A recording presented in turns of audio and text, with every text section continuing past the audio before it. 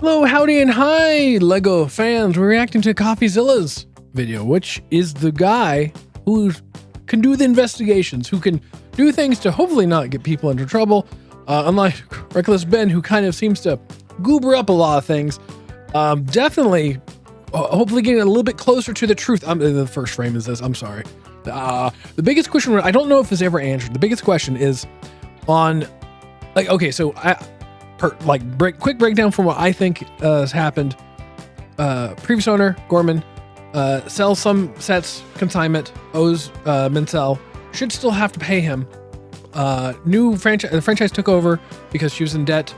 Then there's like, from I think what this in the video shows, like $10,000 to $20,000 worth of Legos left, and so we're unsure about, like, you know, what Legos are left, where they're at, how much is he really owed, and things like that. Biggest question from that is, during that time when it's transferred over and Mansell is made aware or whatever, was there any offer to give back whatever Legos were left? Did he like go and ask for that? Of course, I'm sure Mansell was trying to like get the money he's owed plus the Legos, but like, what was the conversation during that time? Because I don't think the franchise technically would have to have paid him, because it was her deal to sell the Legos, although they can't just like keep the Legos and say they're ours now. But like, was there an offer to like sell them or to give them back? But like, obviously no money. And he said, like, was there no, like, did that happen? If it did happen, did he say no, because I want both? And then he just left them there, and now they're treating it like abandoned property. So they're like, well, we'll go ahead and just sell it then and keep the profits, which they shouldn't do. Like, what would the situation after like taking place, like after ownership of this store? Who asked for what happened? I don't know if this will answer. That's like the biggest like part, I feel like, that it needs an explanation. Once again, everything that's said is alleged. I'm making allegations about allegations, and everything is an opinion, not financial advice, not lawyer advice. Credits down below in the description. Go give a like to Coffeezilla, the channel.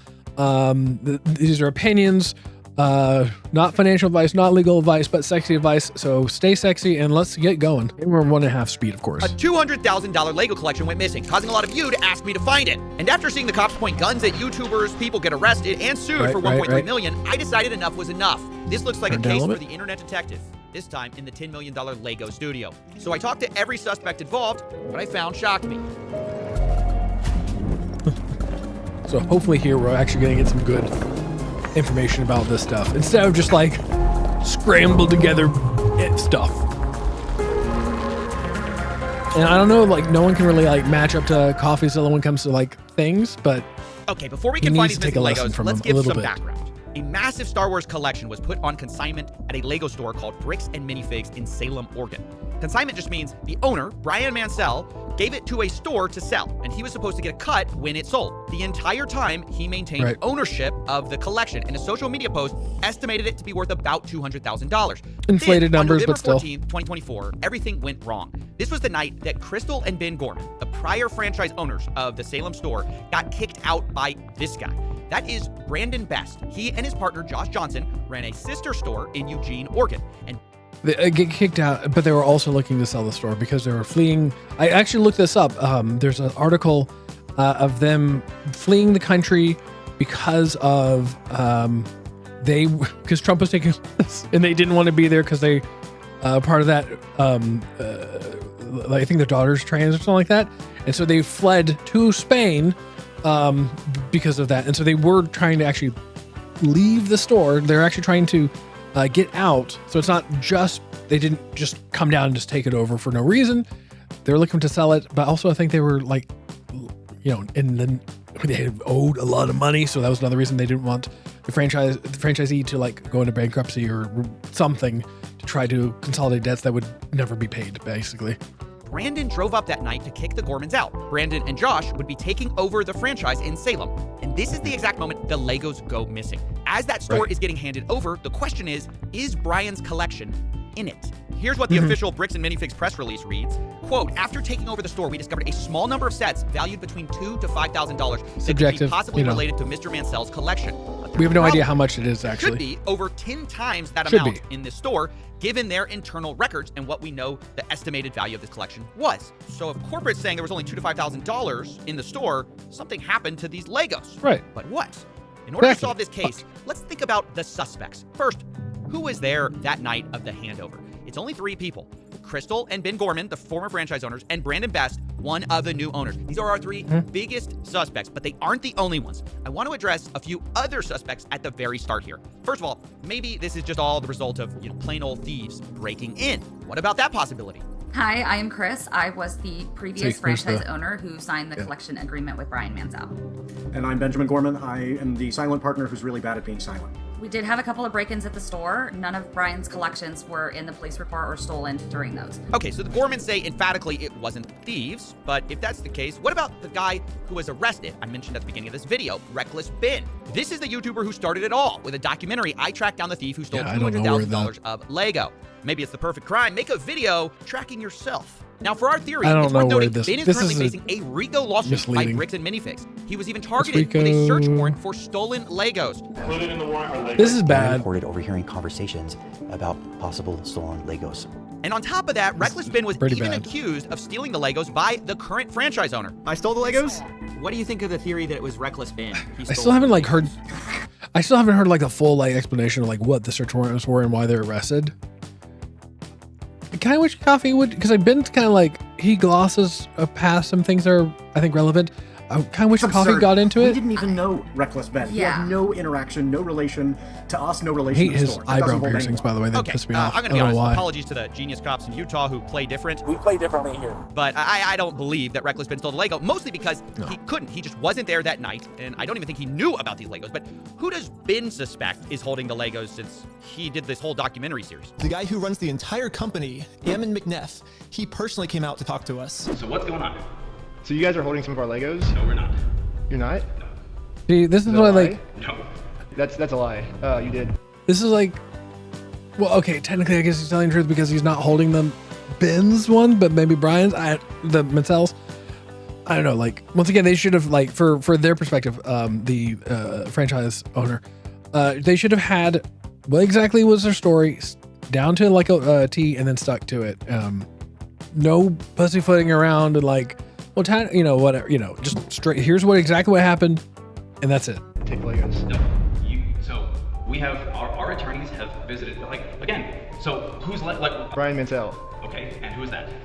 He's a guy who had $200,000 worth of Legos in your guys' store. Nope. See, technically, well, it never happened.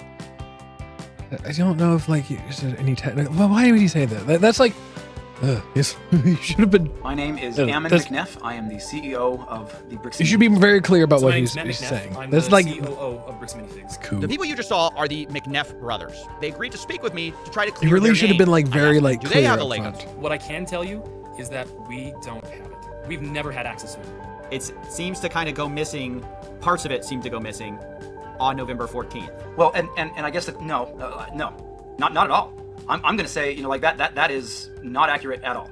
Because so you think that the collection was in the store at the time or elsewhere? Elsewhere. When you look at Mansell's own words that he reiterated to a podcast last year, he explicitly stated to another podcaster, the sets were moved off-site for security. The collection will not be stored on site after hours for security reasons, and after Sunday, the sets will be available for purchase but stored elsewhere. Now, one thing that's been a big subject of the Bricks and Minifigs kind of story is, hey, there are these off-site locations. Can you address what that is? Is that true? So the offsite location in the letter that that corporate is referring to is the original press release that we released when we were launching the collection. In that press release, because we had previous break-ins, I specifically included the location that after this weekend, those Legos would be stored off-site to deter any future thefts. They were briefly stored off-site after that launch weekend, while I bought safes for the back room, and then they were moved back into the store. Okay, so for most... That's for a huge set, how many safes were there then? That seems like a lot of, where are these safes? It seems like a lot of money to spend on, safes aren't that cheap, I guess. At the time, it's almost begs the question, the safes are worth almost the amount of some of the sets? I don't know. The sets were in the store after y'all got the safes. And, receipts of that would be okay, good. So Ammon here are the receipts for the a lot of the Legos safes. weren't there that night. And then on the other hand, we just heard from Crystal and Ben Gorman explaining the off-site story, saying that later they no longer use those off-site locations. But what do we really know about the Gormans? They are the former franchise owners after all. They fled to Spain. Shouldn't we be suspicious of everyone? They're one of our key Because of suspects. Trump. They were there the night we lost Brian's collection. They were the creators of the consignment deal after all. And one group in particular is pointing their finger at them very hard. It's the McNeffs, who say they were behind on payments. We started getting calls from the landlord letting us know that Crystal was behind on the lease payments at the location. We had also gotten a couple of notices from some of our vendor partners that bills had not been paid by the store, and so we felt pretty strongly that there was going to be a risk of her just, like attempting to file bankruptcy, doing some of these other types of things which we've had franchisees do in the past, and that's problematic. So that's why we sent them up there to take video footage. So we needed to just be prepared if we needed to do a hostile takeover, which Well, because I think she also said that she was looking for. Well, maybe Ben said that she was looking to sell. Can happen in franchising where a franchise owner just kind of tries to steal inventory and do some different things that way. Right. Okay, so Bricks and Minifig's story is that they were worried. Because, if you're like, okay, I'm about to go belly up, let me just take all the inventory out of the store and then just say bye-bye and let everybody else deal with it. About the Gormans skipping town, so they sent Brandon Best as a secret shopper on October 24, 2024. This is weeks before the takeover. Brandon takes a video of the store condition in preparation for this handover, but at this point, Brandon does not announce himself to Crystal Gorman. Later, though, I wonder, based on that video, how many of those sets are Mancel's?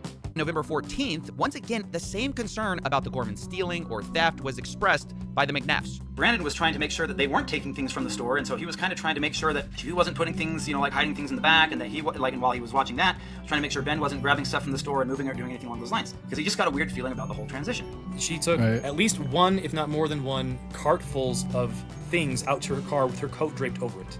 So yeah, the McNeffs say, look, they don't trust the Gormans. Where's and the they earlier explained it, even further. They said, hey, there's some issues in her past. She apparently has a retail theft and other criminal. This is a bad look on this side. On her record that we were not aware of. When was that? I don't know. I've heard this. It's from when she was like 19 or something. Now look, that's a huge accusation to bring up, and so obviously I wanted to talk to the Gormans it's on par with Ben's oh, my elbow got dislodged. Oh, actually I have injuries in the past, and one recently said that my arm was going to be probably dislodged again very easily. So they didn't actually it wasn't like a super use of force, but it's definitely an overreach to say well, I didn't know that she had stealing in the past, and that we would never have done it. That's a little too much. They shouldn't have even brought it up as a big issue. She has a history of some type of burglary, theft. Oh my God! Wow. They didn't leave the country though. Oh. Well, yes. Well, you know about this. Explain. Yeah, when I was 19 years old. How long ago is that? I am 45 now. So this was in 1999. This, something that happened 25 years ago, has no reflection and no bearing on what happened in the last 2 years, my management of the store, what happened the night corporate seized the store. It is another deflection, and it infuriates me. You're gonna try to publicly embarrass and shame me for somebody that was manipulated by local police departments when she was pregnant and 19 years old? Fuck you. That's my response to that. I am so sorry. You're gonna have to blur and cut a lot of this, but that pisses me off. I own what I have done. I own the mistakes that I have made. You cannot intimidate and bully me into backing down when I know that legally and morally I am in the right and I have the evidence to back it up. Wow, this is getting kind of I still think that she should be paying them themselves, but their side. But at every turn, I hope you understand, I'm getting contradictory stories down to if the McNeffs knew about her history in the first place. I think it's just a little mix of everything is wrong. That I told them about. Wait, you told them? Told them. They asked me. Probably. They said they had no idea. They said if we knew, we would have never hired her. Because we would not have hired her had we known this. I told them I had a record from when I was 18. When they say hired, what do you mean hired? I thought she was a franchise owner. Didn't she buy into it? They were like, that's so long ago. We're going to hire you based on who you are now. Okay, I'm just going to leave it there. You guys can make up your own mind. My point is, I mean, one side says up, the other says down. Actual CEO and it gets to the point, them. both sides start hinting that they have photographic proof from the night of November 14th that proves the other side is lying. And so I'm like, look, at this point, let's stop talking. Show me the Legos. Show me the money. I was told where's the money? 100% have possession of photos that prove. He's so casual. I was just skimming from outside. Of photos that prove this side's lying. Who's going to drop the photos first? I mean, I feel like Let's get some photos. Somebody's Let's get the evidence. And after a lot of convincing, both sides agreed to show me the photos, corporate and the Gormans. In fact, I scheduled the calls to do this an hour apart from each other. But let's remember their positions for a second. The Gormans say whatever was left unsold of Brian's collection that was in that store spreadsheet was in Salem store the night of November 14th. Then you have corporate side. They say whatever was left that night was maybe $2,000 to $5,000 of Legos. The rest was either stolen by thieves, the Gormans, or held off site. It was not in that store. And on both sides, there's a lot to lose here, right? You've got the Gormans, who basically have been insinuated to have been stealing. And for Josh and Brandon, too, the new franchise owners, there's a lot on the line. I reached out to Josh, and he told me, I think her pictures would only show a few sets and minifigs. I replied, so if I can prove that the Lego sets were in the store, that will prove Brandon was lying. Josh replies, if it shows something different, then yes, I will eat my words. So the stakes have been established. And let's see the evidence, starting with Matt McNeff. First, he showed me the video, October 24, 2024, for a baseline of how the store looked. So this is the Salem Kaiser location, is that correct? Salem Kaiser location, yes. So is it fair to say I'm seeing quite a few Legos so here? bad. I mean, I'm seeing a store of Legos. You'd agree? There's a good amount of Lego on hand. I've looked up some of these prices for these little minifigures. They're so stupid. Like there's like a, I don't know, it was Boba Fett or something. It was like $300. Like spending $300. This is what I would say is a well-stocked bricks and minifigs. Stupid. But it's not terrible. It's I would say a little below average as far as overall stock. So now let's go to November 14th. Can you still see my screen? Yes, sir. I wonder, like on that day, like how many of his sets were there. Although I think there's like later on they'll be talking about there's a lot of stuff that was pulled for layaway. Brandon was in there. Which was a whole different thing. This is the day. This is like the big day. This is the day. Hold on, I gotta hurt myself emotionally for this. This is a big deal. This is D-Day. This is the big moment. This is Brandon takes over the store. We don't know where the Legos are after this moment. We don't know where the Legos are after this moment. And I want to point out again that we've had this for a while. We haven't this is the first time we've shown this publicly. We've been waiting for our attorneys to give us the approval to say, hey, this is okay now to share in this capacity. Yeah, that's the downside with attorneys. They're always like, hold on. This is what Josh saw, or not Josh, sorry, Brandon saw. He took pictures of everything in the store, all the inventory in the store. This is what the shelves look like. I think she goes on to say like they were already in the back, locked up. So I'm seeing a lot less. Just to state the obvious, go back a little bit. So like I'm seeing like way less. So yeah, the pictures I was being shown on November 14th, those shelves look emptier than they did on the day of October 24th. But to be fair to them, did the November 14th she know they were coming for the store takeover? Like, is it already after hours by enough time that they put away that stuff, or the Gormans, they addressed the empty shelves themselves. As we get to the very end of this video in particular, right here, you'll see that empty space right here. So this is the retired and certified set section that we have to keep separate from the new in-box current sets being sold by Lego. All those empty spaces up there were the sets that we had on display during the day from Brian's collection that every night when the store closed, we pulled off and put back into the safe and then put back out in the morning. So when they say, see, there's empty space on the shelves, yeah, because we put them in safes at night to keep them safe. Because we have giant windows. Yeah, it's an explanation that kind of makes sense given the history of burglary. Now, I guess they did that day. I had to ask the McNeffs about. Is this a case of, did y'all see Star Wars sets in the back? Did y'all not see the Star Wars sets in the back? Did he, not in the back, but specifically in a safe. Like there were a bunch of Star Wars sets in a safe. Did Brandon see those? Has there been talk of those? A safe? You know what I'm talking about? Big enough for all his sets? My understanding is that he took pictures of everything, and all those photos I showed you of the Star Wars were all the photos. How many sets are we talking literally about? All the Star Wars inventory in the store. Yeah, the McNeffs say all of the photos should be with Brandon of all the Star Wars items. And to be fair to them, they showed me a lot more pictures and even showed me a spreadsheet of all the Star Wars sets in the store the night Brandon took it over. And it valued to about like $5,000 to $10,000 or so. But then I had to ask. Sorry, here's another kind of set. Okay. Do you think so they're going to go a deep dive on these? like everything now. Very likely. Okay. Again, I'd be surprised if we didn't. But then I couldn't help myself. I started to bring up some of Crystal's photos to see if they matched up. Have you seen this before? Oh, this is her photos of that night? Not that I recall. So, do you see that? Yep. So do you see it's in like some kind of like a safe thing? I don't know if you can see the sides there. Looks like a bookshelf to me, but sure. I don't know about a bookshelf. Yeah. So I think the important thing is making sure that all of these are in the inventory four-man cell. I guess that's safe. It's a little weird. Sure, that's cool. 75041. Yep. The Vulture Droid. 75169. 169 I'm not seeing, so there may be, okay. So there's one that is not on our list. Let's try this. So these are the ones that were in this quote-unquote safe? Nope, not seeing that one either. What about 9493? I don't see that one either. So the safe seems so small though for all the sets, for hundreds of sets. All right, that's kind of a problem because right? the Gormans like have over 200 photos of this store. I definitely knew looking at these photos, there's a lot more Legos in the Gorman's photos, by quite a lot that Brandon's photos just didn't show. But corporate didn't really see it that way. But still, in the grand scheme of things, we're not talking, again, 10 times the amount of sets here. I don't know. I haven't shown all the photos yet. I don't know exactly how much. They did part ways with the BB and JJ. This is what was there.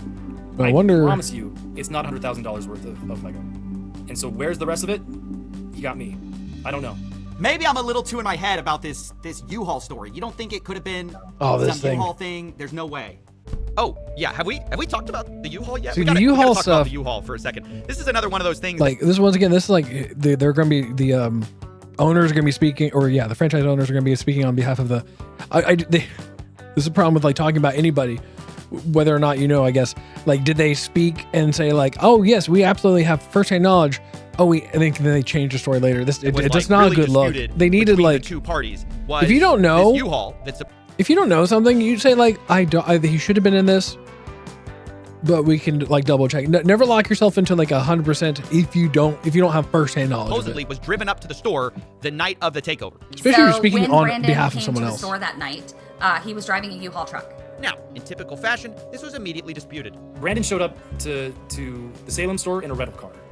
When he came to get the keys from Crystal, he was there in a rental car, not in a U-Haul. It wasn't until after he told me he was taking the Why is keys a and child locking me back out that I really kind of paid attention to the fact that he had a large, not the small, the large U-Haul truck. So yeah, I just kept hearing about this U-Haul truck. Now, why is it significant, U-Haul or not? Well, Because he could one, be taking U-Haul truck the could fit a Legos, lot of of course, Legos, right? but the big reason it mattered to me was because I was actually called by an ex-employee of the Bricks and Minifig store in Eugene, Oregon. Remember, that's the one that Brandon and Josh own. And he told me something very interesting. Although I think this is a red herring. Started in 2024, and I was working under the old manager Brian, and he sold the store to Brandon, Bess, and Josh. What store was this? Bricks and Minifigs where? Eugene. Okay, now what did you see that made you want to talk to me? I saw Reckless Ben's YouTube video about the Salem store closing down because when I was talking to my employed co-workers about the situation of Salem, and we were told through other employees that it was just a bad area to work in. It was like haunted, if you will, what was going around. But after seeing the video of Reckless Ben, he exposed them, and it makes a lot more sense with what we dealt with Brandon and Josh. Like, Crystal stole Lego sets and bolted out of the country. Who says that? Brandon Bess told us. Well, we don't know if she stole them, but she did leave the country. Jumping up all the Lego sets to us that night. They used like there was a bunch of used Lego sets that sounded like saran wrap. They had Star Wars CD. They used a lot of stuff. It was like a medium-sized U-Haul truck. Wait, they brought a U-Haul truck. And so here's the U-Haul from Salem, stuff. And to Eugene, and it had a bunch of Star Wars sets on it? Yeah, Star Wars sets and everything. Even a bunch of used stuff too. Wait, when and was this when they took over the store from Crystal? I believe so, yes. Yes, because he said that Crystal stole Legos and left the country. While he has a U-Haul of Legos? Yeah. Interesting. Weird. So then he's like, we're just going to hold on to this stuff until corporate tells us where we have to distribute it. And we're like, well, it makes more sense if we could take because we're kind of struggling with, the product we put on the shelves. Oh my gosh. We really got to find Looks out. like a smoking was there gun. a U-Haul that night or not? Because everybody's There's disagreeing more about evidence. it. More evidence to U-Haul. Oh yeah, a U-Haul showed up with Star Wars sets in it. Brandon was talking about the Salem store. You've got Matt McNeff saying there was no U-Haul there. It was a rental car. You've got Crystal saying, yeah, I thought it was really weird. There was a U-Haul truck there. So I told the McNeffs, I really got to find out what the truth is here. If you know anything about it, let me know, because that's just something I heard. I do, and it has nothing to do with the Salem store. Well, at least not the Salem store in the way that it is there. Brandon showed up to the Salem store in a rental car. When he came to get the keys from Crystal, he was there in a rental car, not in a U-Haul. So when there was the handoff, there wasn't a U-Haul; it was a rental car. Right. So he was there in a rental back at the earlier conversation confirming this, I guess. Okay. I don't know when the conversation with the other ex-employee person happened. And I think any of the, like, if you were to look at the footage, the ring cameras, all that stuff, you won't see a U-Haul. And he seems so confident about saying this, though. So after hearing all of this, I realized, look, I just got to find the evidence. So I start sifting through these photos I have, right? I realize I have a parking lot photo. I check it. No U-Haul, just a red truck out there. I check another photo where you can see the window, but the problem is it's night outside, so you can't see. And so I'm looking at everything I can, and there's just nothing, And I have this alternate angle, looking at that, and then the U-Haul truck. on that photo. Bring up the brightness of the photo a little bit, and enhance. My gosh. That looks like a U-Haul. in the parking lot right outside of the store the night of November 14th, 2024. This is something Smoking that gun. he had seen footage of, and it couldn't be true. And again, I believe I've seen footage from that night that shows clearly out into the parking lot, and there's no U-Haul. After seeing this, I said, I really have to make a call. A smoking gun, right? Like, and at this point, if he just like cut it together and they called that, there you go. That's it. And that's when the story changed. So last night, I talked with Matt McNeff. I brought up this question of the U-Haul. He told me emphatically there was no U-Haul. Y'all came to me this morning. You said, hey, we looked into it. There actually was. So actually, let's look at that. He said he came to him this morning. So once again, speaking on behalf of other people is stupid. It's like, you should not, it should not have been in you. It should have been in a rental truck and stuff like that, blah, blah, blah. Instead of saying, oh no, 100% not. And then now it looks like they're lying. Was a U-Haul there that night. Can you clear up what that's about? But once again, he came to there's them. actually two different things that are going on here, just to help you understand.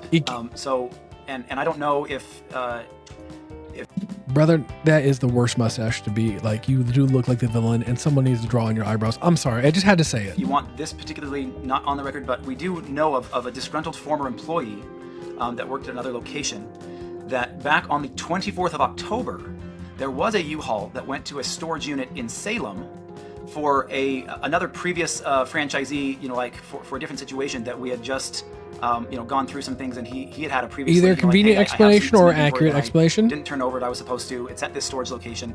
You guys can come pick it up. And so Brandon was sent on that day to pick up with a U-Haul inventory that then he moved down, but that was October 24th. So when we're talking about this ex-employee, you're saying they are conflating the October 24th event of the U-Haul. So we need receipts for this, yeah? With Legos with sometime after November 14th, after the store takeover. Receipts, Is that correct? Am I understanding that? Yes. So this is now kind of a strange story. Corporate is saying there was a Coincidence? U-Haul at the Or Eugene guilt? store dropping off Lego, but that was from a different night, different collection. The CEO says Brandon showed up to Salem on October 24th for his secret shopper job with Crystal, and separately, he also was getting a different collection of Legos that also included Star Wars, and that's what he brought to the Eugene store, and the former employee is remembering. Then, weeks later, on November 14th, Brandon supposedly shows up again with a U-Haul, but the reason isn't for hauling Legos. Brandon flew in to Eugene that night. At midnight. So on the so you flew from got Utah on that the super 13th, late. but landed in Oregon on midnight of the 14th. Went and got a super rental truck, late. Okay. and then went and stayed at a trailer that had previously been moved up there in anticipation of, meaning a camper trailer, in anticipation of the potential hostile takeover previously. Is that why he had a U-Haul? Is that the reason he had a U-Haul, was for this camper, or what's going on with the Yes. why- So then what happens is he takes his rental vehicle truck and he tries to connect the trailer, the camping trailer, to that truck. Actually, you and know what? A good explanation, because if he rented a truck and then replaced it, do we have evidence of that? That would actually then validate them and a little it's bit. not rated for that particular weight, and he realized, oh crap. He called around and found that U-Haul had a rating for one of their box trucks, and so he grabbed that, went and got it at 10 a.m. on the 14th, and so he then went and hooked that trailer up to the camping trailer to a U-Haul, drove that trailer down to another location where he could set up the camping trailer in Salem, dropped off the camper trailer, and then he arrived in a U-Haul to the Salem store, and then went in, said hi. Why not does it get a hotel? Like, why a camping trailer? That's the weird part. Like, why is there a camping trailer? Hi to Crystal, and then as she was leaving, the door shuts, and so he locks it, calls the locksmith, takes him a while to finish up the changing of the locks. Brandon at this point is pretty exhausted, so and he has an hour drive back to Eugene to drop off the rental truck. So he drops it off at midnight or 1 o'clock, something like that, grabs the rental truck, and then heads back up to the camper trailer in Salem, and then it's probably gets in at around 2 or 3 in the morning, spends a couple of gets a little bit of sleep before he has to head back to the store at 9 a.m. before the other employees get there. The timeline that is trying to be portrayed just makes absolutely zero sense. I mean, so I asked, obviously, for documentation of all of this from Brandon. And here's what I got. First, the U-Haul contract on November 14th. This checks out what we already know. Okay. Then I got sent a photo. The last one Brandon took in the Salem store, dated 9:44 p.m., where you can see what looks like the inside of a bird cage that the Gormans had. And lastly, I was sent a photo Brandon took of that the could have been what they're mileage taking. U-Haul as he dropped it back off at the rental place on November 15th, 12:41 a.m. Now, the time gap there is about 3 hours between the last photo in Salem to dropping the U-Haul off, which is a bit of a problem for our timeline. Yeah, it took like 4 hours. I mean, I worked till like 11 o'clock, and I'm like, I gotta get up early for my other job. You moved 4 hours of Legos out of this truck. Yeah. All right, so as weird as this U-Haul thing is, the timeline just doesn't fit, to be honest. If it took 4 hours to unload, you can't also drive to another city, load and unload and drop off the U-Haul in that time. But still, even if this is true, it's pretty weird, and it's one of the most bizarre stories I've ever heard, to have a U-Haul thing back to back. One of the times you're picking up Legos, the other time you're not, you're taking a camper. Right, Nevertheless, without weird. more proof, we kind of have to move on to another theory. Yeah, unfortunately, like without like, I don't know, like it lines up. I'm sure not. It's weird, but it lines up, I guess. So Missing Lego. This time, let's take the photographs that we have and reconstruct what was in the night. This was taking forever. Remember, that's the moment we lost the Lego. And this time, we're going to combine it with 2 more things. First, from corporate, I got the point of sale records from the Salem store from 2023 and 2024. And secondly, from Crystal Gorman, I got her internal records of Brian's inventory of what was sold or not in order to pay him and keep track of prices. Now, before we piece things together, I need to address something. At the beginning of this story, you saw the social post saying this collection is worth $200,000. Which is just That's like what an everyone knows exaggeration. the story as, the $200,000 Lego collection. But sadly, that post was entirely wrong. In Crystal Gorman's inventory, which has a high and low estimate value of these various Lego items, the real estimated value is about $107,000. They give high estimates and low estimates, but that's right there in the middle. And for simplicity, I'll just be using averages and estimates here, but understand that, these numbers are not firm, given that they're unsold Legos. It's just rough possibilities. But the point is, it's worth nowhere near $200,000. Till it's sold, you don't know the Reckless value. Spin, the one who made the original video covering this, said that surprised him. Yeah, this entire time, literally every single person has been telling me there were $200,000. Like, that's how much, like, you could sell all these sets for. My original assessment of about $200,000 was going up to his father's house and looking in 3 different rooms with all the sets. It was before I'd actually gone through and had set numbers and done an actual evaluation. I looked at it and went based on as things progressed and as I started to delve more into the actual inventory and evaluating it, that number changed. But we put out the press release well in advance of the event itself, so that press release went out before I had those full she numbers. should probably so we been went, better at this doing is a that. nice even number that will grab attention and bring people in. 150,000 would have been a better probably number. I believe that is accurate at the high end. Like, it was one of those things where when she was looking through and going, well, it says this and it says this. See, look at her say no. No. God, he needs to shut up and take out this stupid eyebrow piercing. You don't think even at the high end? You haven't actually seen this spreadsheet. He's just talking. He's talking out his ass and just like, I haven't seen this stuff, but I'm going to go ahead and talk about it. You might want to cut that part out because he hasn't actually seen the inventory sheet. The spreadsheet. Shut up. Why are you talking? About for between Like 85 in a game like this, the whole stuff is about liars and like who's lying at where. Why is this guy just yapping about something he has no firsthand knowledge of? Doesn't make their side look good. 1,000 to 120 something thousand. Everybody's wrong. Midpoint about Everybody's 107 stupid. or something like that. Of what was inventory. Does that sound right to you? Yeah. Yeah, so this has been a really big point of misinformation to clear up, because if we're going to find the missing Lego, we need to start with the right number, the right value. Right, you need to find the right amount. $107,000. For us, but like I guess putting out 200,000, it sounds better in the press release. 150,000 probably would have been better, like more accurate number for like potentially what the resale value is. Of about $24,000 of Brian's collection in their inventory tracking list. And of those sales, Brian was entitled to about 65 to 70% of it. He was paid $17,000, which roughly tracks with that. Which means on November 14th, the big night, the remaining amount of Brian's collection that should have been in there is about $82,000. Now, it doesn't take a genius to realize this is a very different number than corporate provided, who found only $2,000 to $5,000 Right, so we have a big discrepancy. What do we have? And later they said they only found $13,000 to $15,000 in total Lego Star Wars. So you're talking maybe $11,000 to $15,000 total Star Wars, and that's all Star Wars inventory in the whole store. So that's corporate side of the story, but I didn't want to take their word for it. So I went through Crystal's photos myself, which she shared with me, and hired people to go through and hand tag the Star Wars Legos that were in these photos. We looked through laughing over because it's probably like 200 plus photos, so much multiple work. videos, and matched what we saw with Brian's collection. In the end, I ended up with about $21,000 of Legos matching Brian's collection that can be proven to be in the store on the night of November 14th. From her photos. To state the obvious, that's about 3 to 5 times what corporate estimated, at least on their press release. Now, yes, there are inherent errors in the estimate. So that's from her photos. So that should be the most accurate. Maybe we picked up some Lego that matched Brian's collection, but wasn't Brian's. But even though this is a bigger number than corporate said, I have to admit, even with pretty generous assumptions being made, there's still a huge gap of about $61,000 here that I just couldn't find. But then I learned Brian had made a special side deal with M&R Productions, who had recently purchased some Legos from him. And this is where it starts to get messy. So these are the pictures that M&R Productions sent me, looking at the Lego that Brian sold him. This was stuff reportedly in storage, and it's interesting because of an early inventory list, which had a column called location that Crystal used. And it listed a lot of the Star Wars items as being located in what they called storage. Now, previously, I was told that all of the stuff in storage was put back in the store, but there's a bunch that's on this list that I can't find in the store that seem to appear in these pictures.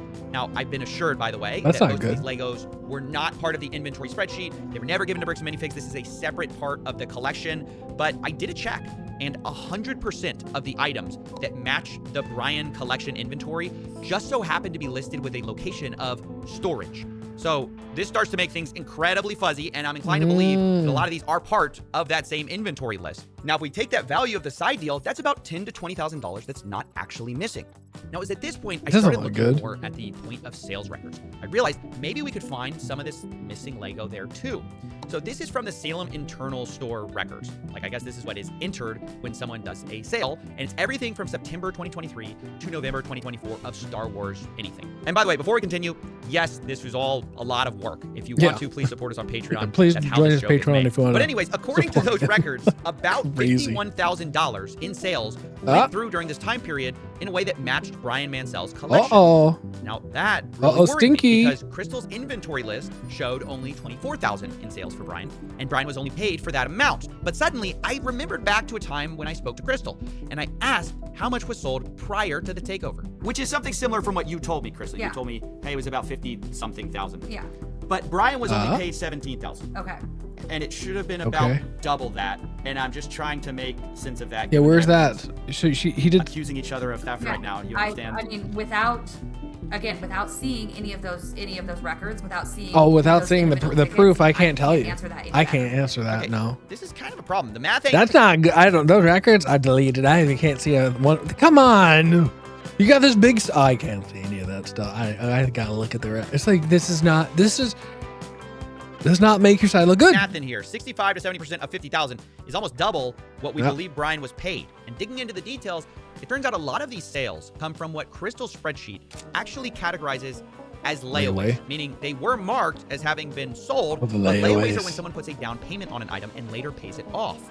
But the problem was there were a lot of these, worth about $20,000 in layaway, and that felt a little strange to me. And because of that, I asked Josh Johnson, the incoming owner, and he responded, quote, "There were 2 to 3 items on layaway when they took over." So on the list. So this is also like we're proving that she's bad at business, because layaway, like from what people have been talking about, because she's like 100, I think, or 100 or so on layaway. People would just like put down 10%. And then every once in a while can just add a little more money. I think what was happening, people were putting them on layaway, going and selling them on eBay, and then buying them whenever they sold. So she's just being like taken advantage of at this point. Of that on the inventory list. Do you know about how many layaways? I haven't gone through and done a count, but I know it was vastly more than 2 to 3. It was about 98. That makes sense.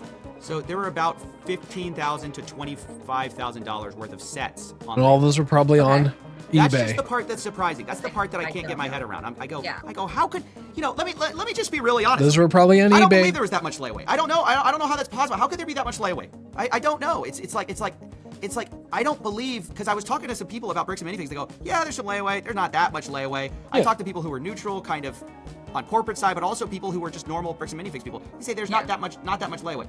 Help me understand. Because people were putting them on eBay probably, and then coming and buying them when they sold. Absolutely. Because listen to how she was doing it. Locations, layaway is extremely rare. I think outside of the Brian's collection, I don't. Okay, good. I'm not crazy here. So then why was there so much layaway there? No, absolutely not. Outside of Brian's collection, I think at the time we maybe had 2 used sets on layaway outside of his collection.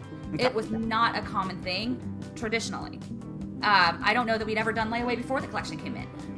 With Brian's collection, it was a little bit different because so much of this collection were new in box, all in one place, reasonably priced, and a lot of the harder to find items. Mm-hmm. And so customers would come in and put, I'm going to guess probably half of those layaway items we're not going to be sold to the person who took them on layaway. Because we had several that would put them on layaway and then change their mind. So this was something like, you know, somebody would come in and want 10 different sets, but only be able to buy one. Can I put the rest of those on layaway so you don't sell them? I'll pay $10 to put these sets on layaway. Traditionally, did she just say 10? I thought it was 10%. Did she say $10 to put them on layaway? $10 so that I could pull off these things from the shelves, and then sell them on eBay myself, and then buy them when I make a profit off of you. With layaway, we would ask for 10% down. Oh, they have 30 days to make their next payment, or we refund the layaway amount and then put it back on the shelf. Wait. Let's go back. I want to hear it. Because we had several that would put them on layaway and then change their mind. So this was something like, you know, somebody would come in and want 10 different sets, but only be able to buy one. Can I put the rest of those on layaway so you don't sell them? I'll pay $10 to put these sets on layaway. Traditionally, with layaway, we would ask for 10% down. Traditionally, they'd have 30 days to make their next payment, or we'd refund the layaway. Traditionally, she said, but she would just do it for $10. Oh, $1,000? $10. Yeah, I'll hold on to it for like 2 weeks. Amount and then put it back on the shelf. Because this collection was the collection it was, and I wanted to give these people the opportunity to, to get these sets. We were a lot more generous with how long and the amount of payments that people could make towards the layaway. So a lot of these, good business. We had several of them. I think one of the Ewok villages, we put on layaway 4 different times, and then it came off of layaway and back on layaway. Now here's the super autism. Who can look up during this time on eBay which sets are Brian's that were sold on eBay and then sold in the store? That would be interesting to see. And then off and then sold.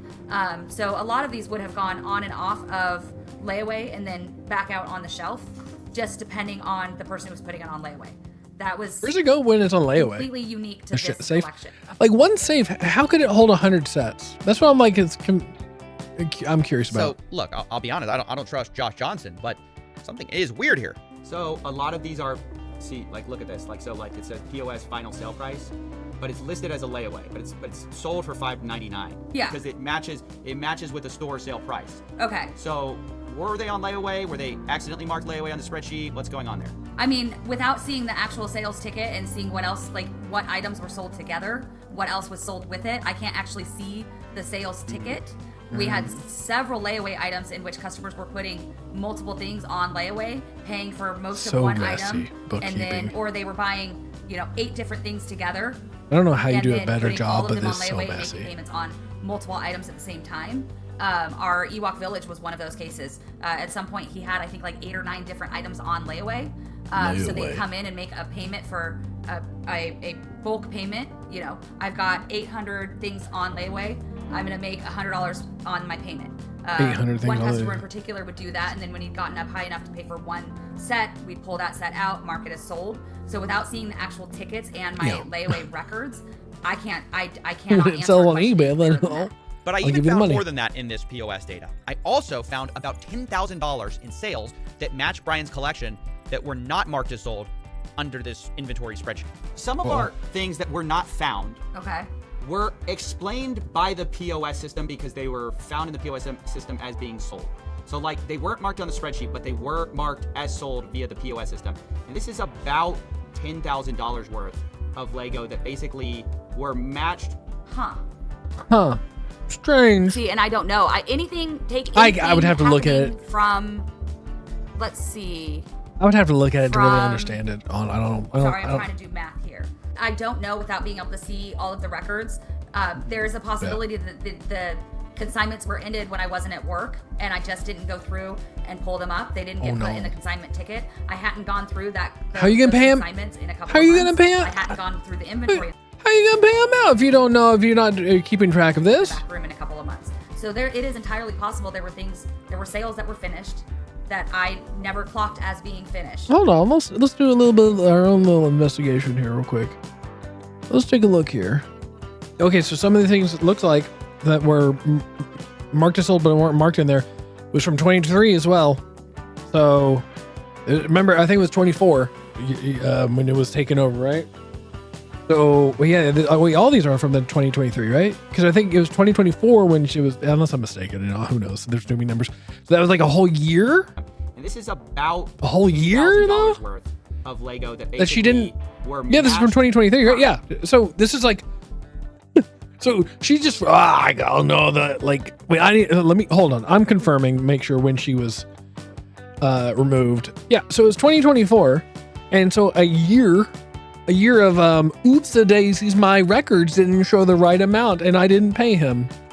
Wonder when that was going to be fixed. See, and I don't know. Anything. Yeah, 2023. That's a year. That was a year before. Well, no explanation. Yeah, so this is bad. Like, and this could all be chalked up to bad bookkeeping, but it's not good. Happening from. Oh, gone. Let's see. From. Sorry, I'm trying to do math here. I don't know without being able to see all of the records. There is a possibility that the consignments were ended when I wasn't at work, and I just didn't go through and pull them up. Mind you, that was a year. So how long ago? They didn't get put in a consignment ticket. I hadn't gone through those consignments in a couple of months. I hadn't months? It's a year, members, a year. Gone through the inventory in the back room in a couple of months. So it is entirely possible. Year. There were sales. We're talking about years. Like it was like I think some of them were a year ago. So, she's just a goober. She's missed up a couple numbers that I never clocked as being finished. I don't know that without. And also, mainly, I'm pointing out the fact of that she needs to have paid Mansell for all of this stuff that she sold under her watch. Through and actually seeing it. But you're saying it's possible stuff was sold, not updated on this inventory list. It's entirely possible. This is like, how many other things did she mess up bookkeeping wise that she didn't fix correctly or is sold or not there, etc. Like, it's just how bad this bookkeeping is. Get updated on my spreadsheet. I'm not going to sit here and claim it's not possible. It's possible I miss things.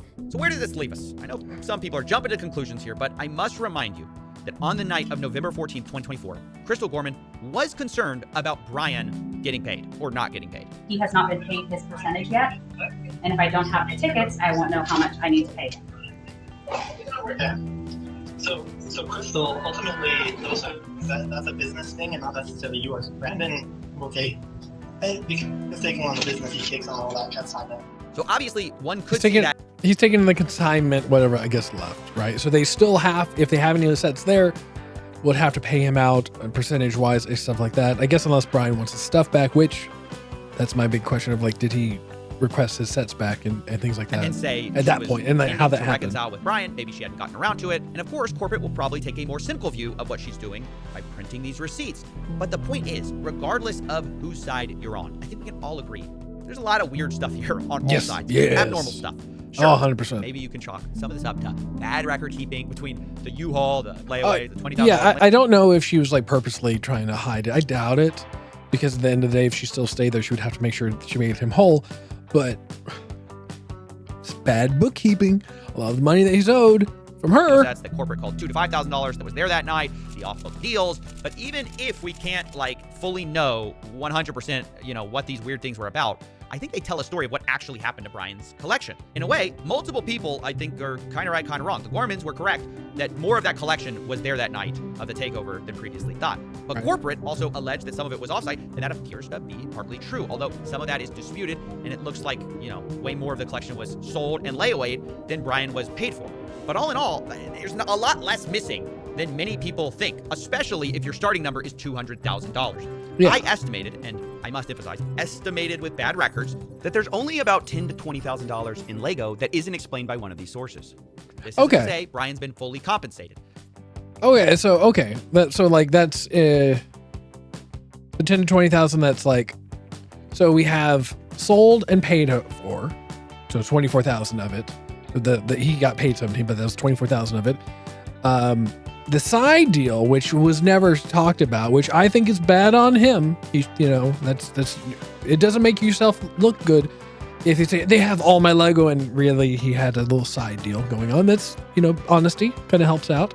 The layaway, I feel like I don't understand the layaway. Where is that layaway? I don't think that's like been really recovered. And then the 10 to 20 of like maybe store inventory. That also part is like, did they keep proper records of where that is and who has it and did they sell it and that kind of stuff? That is also a problem for the franchise actually clearing up that information.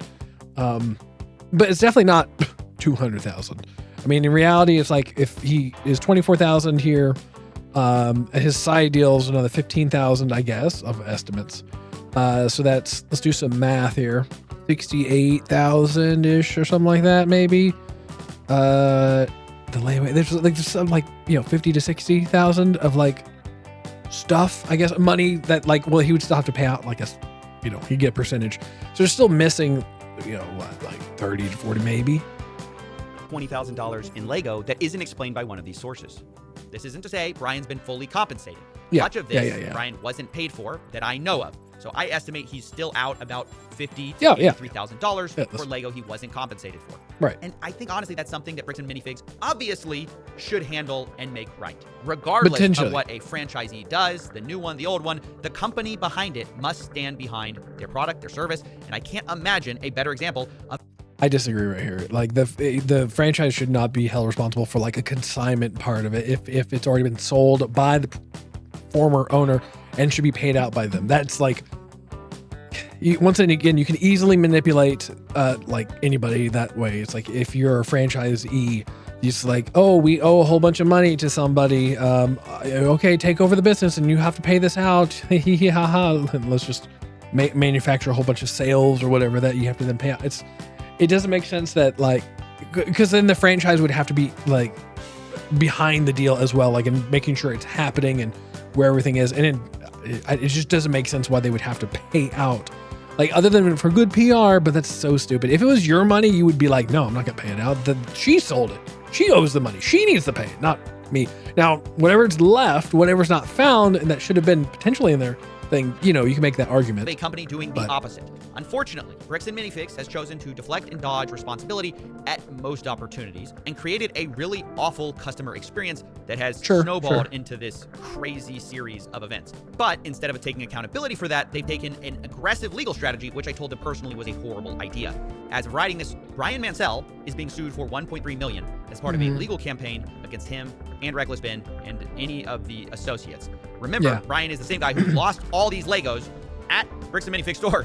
And I told the CEO and COO that's ridiculous and they should drop this. Look, mistakes have been made by plenty of people here, but there's a lot more people who have inflicted self-owns, the likes of which we've rarely seen, by just choosing the worst possible path at every fork in the road. No pun intended. But the best path to making things right, in my view, is by just making Brian whole and moving on. I mean, it's kind of a little too late for this, I think. I think making Brian whole wouldn't just make them everything go away. I mean, as a personal thing, I think to fix it, because I think Reckless Bin has some issues and some legal issues that he may have to be held accountable for. And I don't know if there's getting out of it that easily. Mansell, who knows, maybe. Obviously, Bricks and Minifig, they have some definitely shady stuff. The previous person, they should have just come up with a way to make everybody walk away okay. And then that way we can drop any and all lawsuits and any and all criminal stuff, maybe, that we can kind of make everything go away and everybody walk away okay. Because everybody's kind of a little bit wrong, which kind of sucks, but it's just that's the way it is. It's and it's they continue well, we're going to tear down Bricks and Minifigs. Well, then why should we as Bricks and Minifigs not make sure you go to jail, right? It's they're going to pursue it. And people are going to forget about Bricks and Minifigs. If Ben actually sees jail time, he'll be, he's stuck back there. So I don't know. I think it's just kind of a messy situation. You need to person like Coffee to kind of come in there and fix things. It's a big mess still, but I think Gorman's, I think the Mansells should have gotten money from Gorman's. Whatever Legos was left should have been turned over or whatever, been more honest, because we just don't know where those Legos that were left, where they are. And that's kind of a problem. And that's once again, at whenever that Brian first went to them, that's the conversation I wanted to hear is, did they offer him all the Legos that they had that were his and he refused because he wanted the money that was sold at whatever too? And did they say no? Obviously, why would they, right? Because that's why would we give you $50,000 for someone else's something, right? Or however much was the previous owner sold. they didn't have them. So it's like, assuming, whatever they had, etc. And did he just say, oh, well, I'm not going to accept partial return, because if you accept partial return, then why would they could show that we gave them whatever we had. So we were done with them. I don't know if JJ and BB, who knows if they stole some of that stuff. That's a big question, but you can definitely know that the Gormans, there was a lot of weirdness happening there, and it's impossible to know how much of involvement they are, especially since they left the country. They left the country because Trump is going to become president. That's so weird to me. And to call back to Ben's original video, Mansell did mention about lawsuits and suing in Spain court, which would refer to the previous owners. I think that's where they were pointed at a lot for the by the franchise. And then he's like, no, we're going to go after you because you're still here and you're not in Spain. Rob, it's just messy. Everything's messy. Strategy. You are a Lego store at the end of the day. You are supposed to be about fun, not about a rerun of Suits. But anyways, that's my investigation. But once again, it's if it's your money, you're going to have a different opinion. He's just talking about someone else's money. You don't care about someone else's money. It's at this point, it would have been better for just for PR. But if this video never happened, it's this, you'd be giving out money all the time then, and you'd run your business in the ground. I think that's just for PR's sake, yes, but in reality, no. I don't think they should pay someone else's debt like that. Everyone involved in this whole story, just their own. If they still had any Legos, turn them over. Does all that make sense to you? Because I'm showing everyone in this story and saying, hey, are any of these numbers blowing your mind, or is any of this crazy to you? No, it's not crazy. But what's crazy, again, all the photo evidence that both sides have points to there being $20,000 worth of Lego of Star Wars Lego in the store that night, right? I don't know, man. I'm just can people understand maybe why there was some confusion and why there was some hesitation when somebody comes in and says, hey, you owe me $60,000 worth of product in Lego, and we go, we don't even know who you are. Yeah, Crystal mentioned something about consignment on her way out the door, and we go, sure, we'll get that figured out. But then the guy just walks in and demands $60,000 worth of Lego. What am I supposed to do other than say, cool, show me, can you show me the proof? The problem is there's so much of a dispute on the timeline, and this is what's going to make the story so hard to tell. Is they say you guys are unreasonable. They tried, and eventually they gave up. But they say they tried, and they were basically met with unreasonable requests, things like that.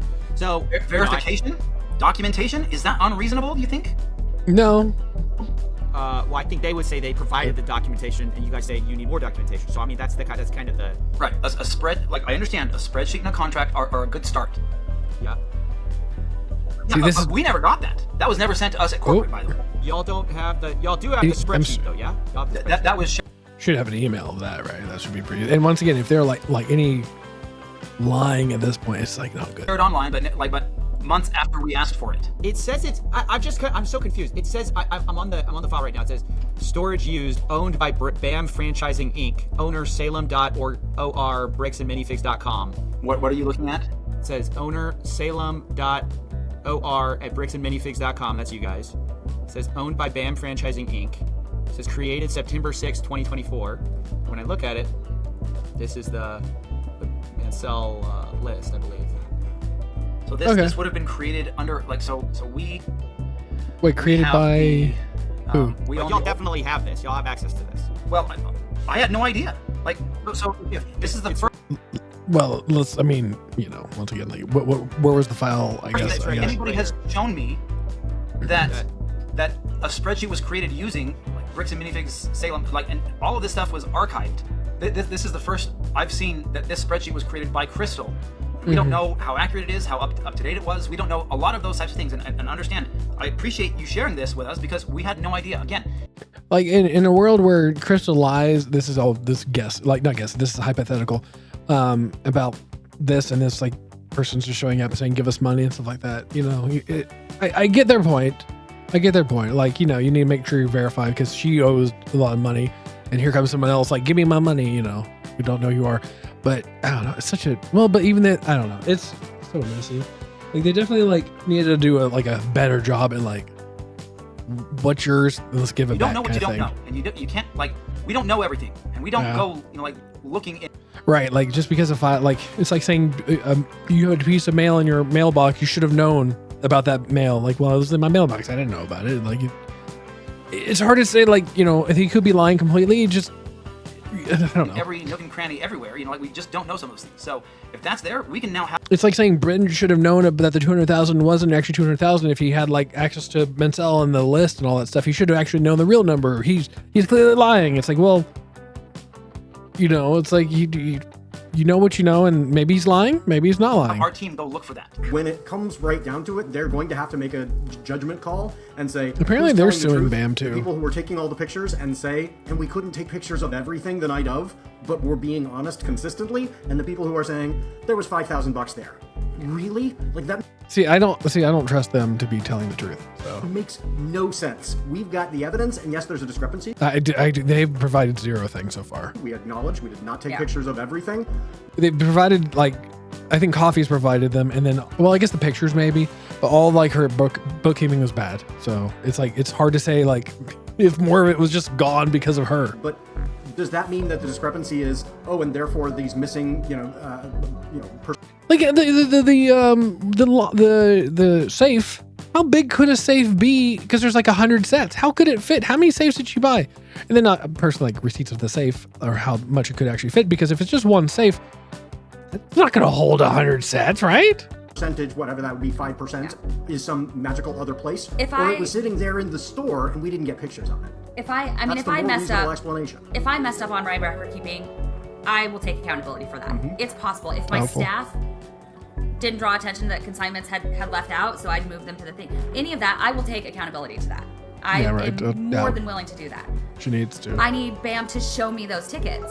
As they promised to do. I will sit down with Brian and talk this over and figure out what we missed and where it was missed and how it was missed and make that right with him. I mean, that's new information no one's ever found out. I mean, that would be good though. That if she actually goes through and does that, that would solve some of it, and then BAM could solve the other side of it. Honestly, that's the situation. That's the fix. Is because like Reckless Ben has the issues of like, you know, he's been a little goober, and some of those goobers can be maybe misdemeanors or felonies. You have Mansell, you have Gormans, you have BAM. All of them come together, get a nice big powwow secret. Everybody come up with a story, be like, okay, Crystal didn't do this amount. We were able to file it through forensics, blah, blah, blah, find this many Lego sets, and the remainder BAM is going to cover because we cannot just solve it, etc. And this is like the final, like, you know, this is how much he would have gotten. Crystal pays her amount. Ben comes out like they did it. They turned it around with the agreement that, like, you know, all the lawsuits and all this stuff would be dropped on his side too, because he's in a little bit of trouble. And then everybody walks away happy. And because also at the end of the day, you know, you may say you hate BAM, but it is a corporation that has many people employed, and all those people had nothing to do with this. And everybody can walk away. And then maybe in the future, Reckless Ben will do things that don't make him the subject to crimes and things like that. And maybe he'd be more like Coffee. He's 31, so he needs to, you know, grow up a little bit. Wait, how old is Coffee? And Coffeezilla is 32, 33, something like that. So he'd be a little more like him. And then he could fight for justice without getting a record. It's like awesome. They're gonna lose hundreds of millions of dollars because which is also true. Wrongdoing. They're literally gonna destroy their entire company because they're this stubborn over maybe $20,000 worth of Lego. Sure, I'll be keeping you in the loop with what you know. Nice. I'm excited. This was good work. My other final thoughts is, dude, you saw. I know he even may be on the right side, but he needs to be like, look at, he could have some problems. Like he is not, unfortunately. He's done so many weird things that he could have some problems. Hold it, dude. That's awesome. Brandon Best. Oh yeah. They parted ways to try to, like, I guess, minimize whatever. He's suing Brian Mansell and Reckless Ben over $1 million damages, which is technically fair, which is unfortunate for them. I mean, the GoFundMe was like more than enough money to like satisfy him. So once again, they should, well, yeah, whatever. Everybody's restraining orders, in fact, against Reckless Ben to prevent him from speaking about bricks and minifigs, which makes sense because he is, well, 200,000. It's not really, you know, it's not real factual, I guess, amounts and stuff like that. Once again, he should have not been so reckless. go in hard at getting the right information. They're suing Bricks. Oh, they're suing. That's what I saw. Claiming Collection had an original. Oh, it was 250,000 now. Wait, no, where the video said it was closer to 100,000. Wait, the lawsuit claims that Brian's collection had an original aggregate value of 250. What is this made up number from? From this video, it's not even that amount. And what are they suing for? So I don't trust them. They're also in Spain. They're in Spain. They left the country. Interesting video so far. Interesting series, like evolved stuff. It's definitely everybody's a little wrong. Reckless Ben, I think, shouldn't be so reckless. Gormans, I feel like, have some. Mind you, everything is just opinions and allegations and allegations and fake toots and not real life or whatever. Let's get Big so we feel better. No, wrong one. There's Big Me. I think Ben's has some trouble. He's got some issues. Definitely, like, just because he's morally right doesn't mean you can do bad things. Just because it makes a good video, it's like it's on the verge of being like a nuisance streamer, like Jack Doherty. Like, everybody hates Jack Doherty, and it's like maybe he's not doing anything illegal, but it definitely doesn't. Well, I guess Reckless Ben did the things that are kind of illegal. I don't know, man. It's so messy. People are gonna be rooting for him, but I don't know if he'll he's a lawsuit and or jail time could be in his future, unfortunately for him.